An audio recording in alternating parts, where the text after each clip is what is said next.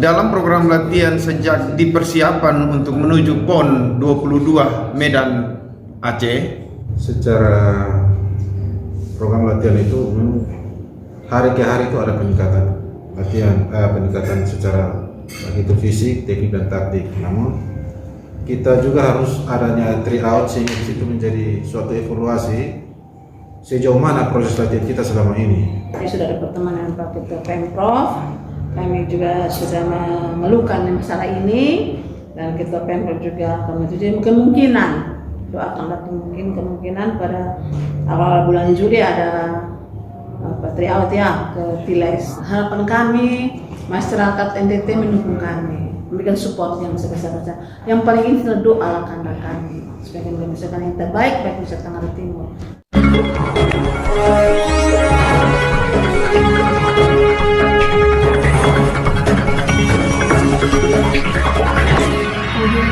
Selamat siang Pak Atris Nyolaka ya.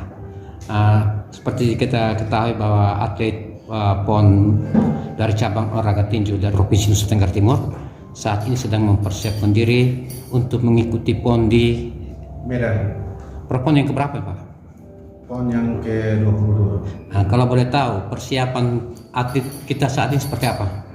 Anak-anak jujur persiapan mereka sudah masuk dalam tahap persiapan pra pertandingan yang dimana proses latihan kita sekarang sudah seamless di pertandingan. Jadi mereka itu latihan sudah dari Januari hingga sampai bulan ini, dimana itu melewati proses-proses tahap latihan, persiapan umum, persiapan khusus dan prakompetisi sekarang. Hingga saat ini kondisi atlet kita seperti apa? Jujur bahwa kondisi atlet anak-anak saat ini yang kita tahu itu mereka sudah siap untuk bertanding, dan secara emosional mereka, fisik, teknik, taktik kita sudah setiap hari kasih latihan mereka dan kita tahu bahwa mereka sudah siap. Pemusatan latihan itu mana? Pemusatan latihan itu kita kebetulan ada latihannya di sasana miliknya Pemprov Pertina NTT, itu di Pertina. Ya, kita tinju kan ada 13 orang yang lolos PON. Namun untuk sementara yang ada latihan sementara itu berjumlah 11 orang. Yang 2 itu masih di daerah.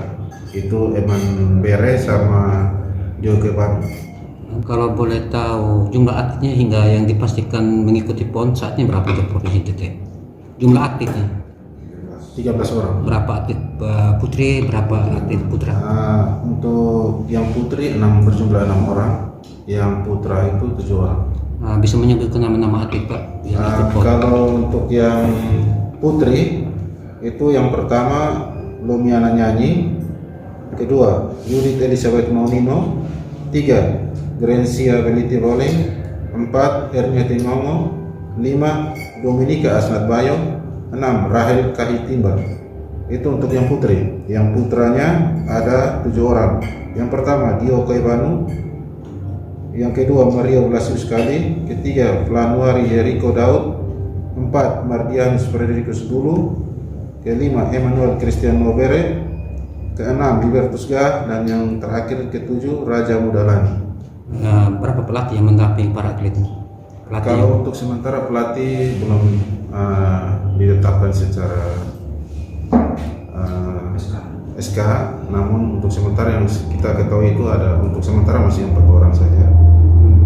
Di antara pelatih itu ada Bapak Yunian Selan, pelatih senior kita, terus Dini Tario, Bapak Antonio Saudari Belu, dan saya sendiri Atris Nyolaka dari Kota Bogor. Jadi secara program latihan itu hari ke hari itu ada peningkatan peningkatan secara baik itu fisik, teknik dan taktik. Namun kita juga harus adanya tryout sehingga di situ menjadi suatu evaluasi sejauh mana proses latihan kita selama ini. Nah, kalau tanpa ada tryout itu kita mau melihat langsung atau mau tahu sejauh mana atlet itu punya peningkatan secara signifikan, kan kita tidak tahu. Dan oleh itu kita sangat berharap untuk minimal harus ada tryout, satu kali pun harus ada, sehingga itu menjadi evaluasi buat kita para pelatih dan atlet. kita bisa cari tahu mana kekurangan dan kelebihan dari atlet tersebut. Apakah selama ini telah melakukan trade out atau belum? Belum ada. Jadi latih tandingnya di siapa saja selama ini petinju ini? Ini juga menjadi kendala buat kita di dalam proses latihan. Kita latihan saat ini untuk mau mencari tahu di majunya anak-anak itu peningkatan sejauh mana, kita hanya cuma siasati dengan sparring dengan anak-anak yang berada di sasana-sasana. Makanya kita undang untuk sparring, namun jujur harus dikatakan bahwa tolak ukur anak-anak itu di sasana-sasana itu tidak seperti anak-anak yang sudah menjalani pemusatan latihan, karena secara fisik, teknik karena sudah di atas pagi dan sore setiap hari.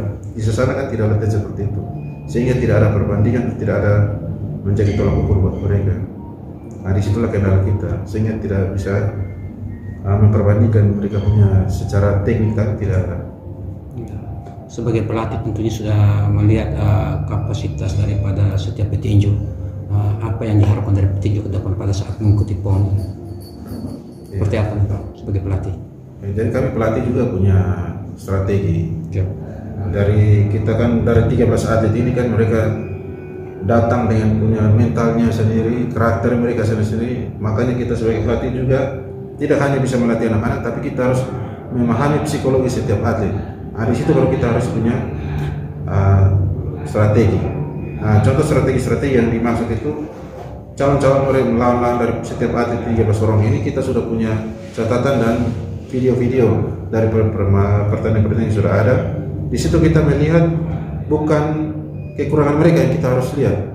Itu mohon saya jelaskan bahwa kalau kekurangan mereka itu dilihat oleh pelatih mereka dan mereka pasti memperbaiki itu. Kita lihat kelebihannya setiap atlet, sehingga itu menjadi senjata buat kita ketika kita melatih anak untuk bagaimana kita merusak kelebihan diri. Nah, itu strategi kita dari kita pelatih buat anak-anak. Terkait dengan peluang petinju kita pada saat mengikuti PON ke depan seperti apa dengan kondisi yang ada saat ini? Kalau berbicara peluang, kita optimis. Kalau bisa anak-anak semua itu harus juara. Tetapi itulah, kita tidak bisa mendahului kehendak yang di atas. Tapi kita untuk tinju kita kali ini kita harus membuat sejarah. Target kita 2 medali emas. Optimis ya. Optimis. Selamat siang Ibu Elizabeth. Selamat siang. Ya. Menjelang sore. Selamat menjelang sore ya. Seperti kita ketahui bersama pada beberapa bulan ke depan atlet tinju kita akan mengikuti PON. Sebagai ketua Satgas atlet tinju PON Nusa Tenggara Timur, persiapannya seperti apa? Persiapan sudah dari Januari. Ya, ini ada di sini ada 3 orang pelatih, Kak Atris, Kak Denis, dengan Pak Uni itu mereka sudah mempersiapkan atlet itu sudah dari Januari sampai detik ini. Jujur ya, mereka sudah maksimal ya persiapan mereka. Tapi kerendahan kami itu mereka bisa ada tryout. Karena itu sangat penting untuk menguji kemampuan mereka sampai di mana, kesiapan mereka sampai di mana.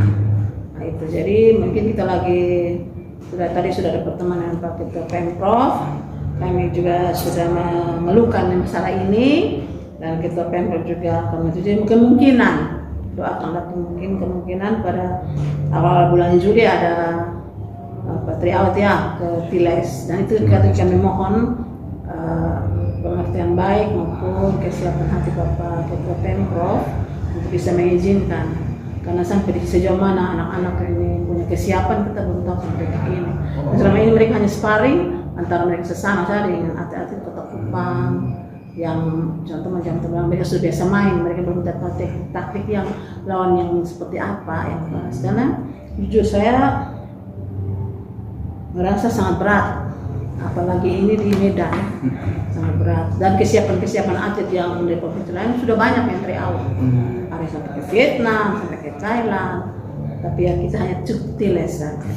Mudah-mudahan Pak Ketua membantu kami, dan untuk sejarah organisasi kami tetap harus pintar persetujuan Bapak Ketua, kita masuk Bapak Ketua untuk kami tryoutnya ke Tiles dalam waktu yang kita mungkin awal bulan Juli.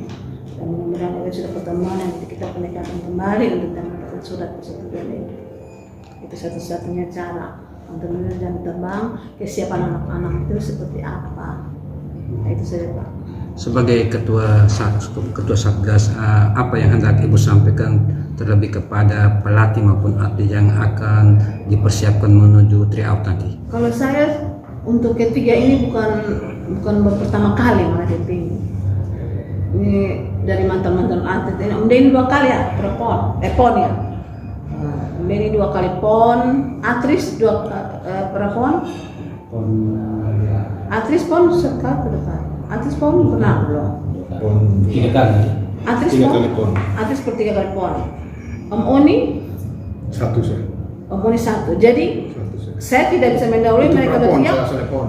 Nah, mereka bertiga berarti untuk jam terbang untuk tinju ini sudah lumayan karena mereka pernah merasakan pon. Itu 3 kali, ini 2 kali. Om Denny sudah medali perak ya. Emas. Emas 1 perak 1 ya. Iya. Om Denny pernah. Atris perak.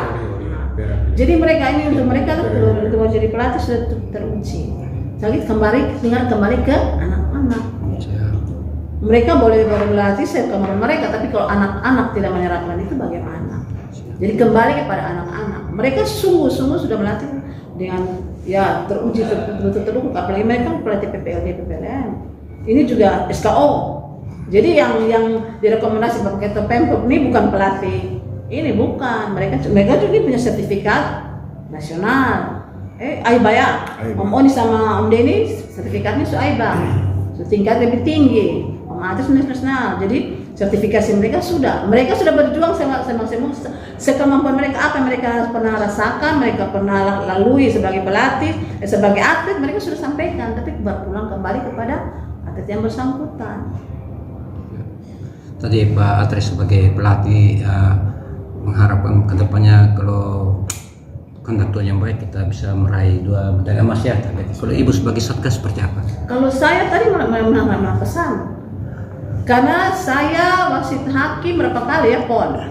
3-4 kali tidak pernah dapat emas. Nah, kali ini seperti apa Ya. nih? Kalau kemarin saya punya harapan di pon itu harus dapat emas. Nah. Karena saya kemudian saya manajer. Tapi itu faktor ya saya tidak bisa jawab. Kalau secara kasat mata saya pasti bisa dapat medali emas.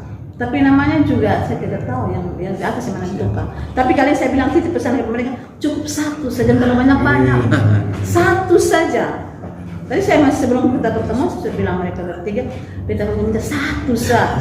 Dan beta juga kalau bapak saya ditugaskan sebagai wasit, saya akan berusaha juga kalau bisa dapat yang di atas. Kita berusaha menentukan yang di atas. Sebagai manusia kita berusaha semaksimal mungkin. Saya minta 1 saja, tidak banyak.